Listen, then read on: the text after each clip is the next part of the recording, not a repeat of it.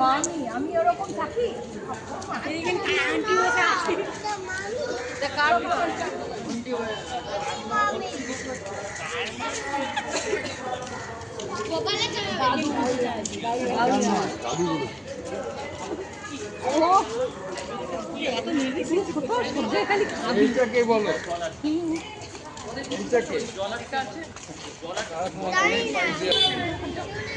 কি বড় না কেন চল চল পড়ি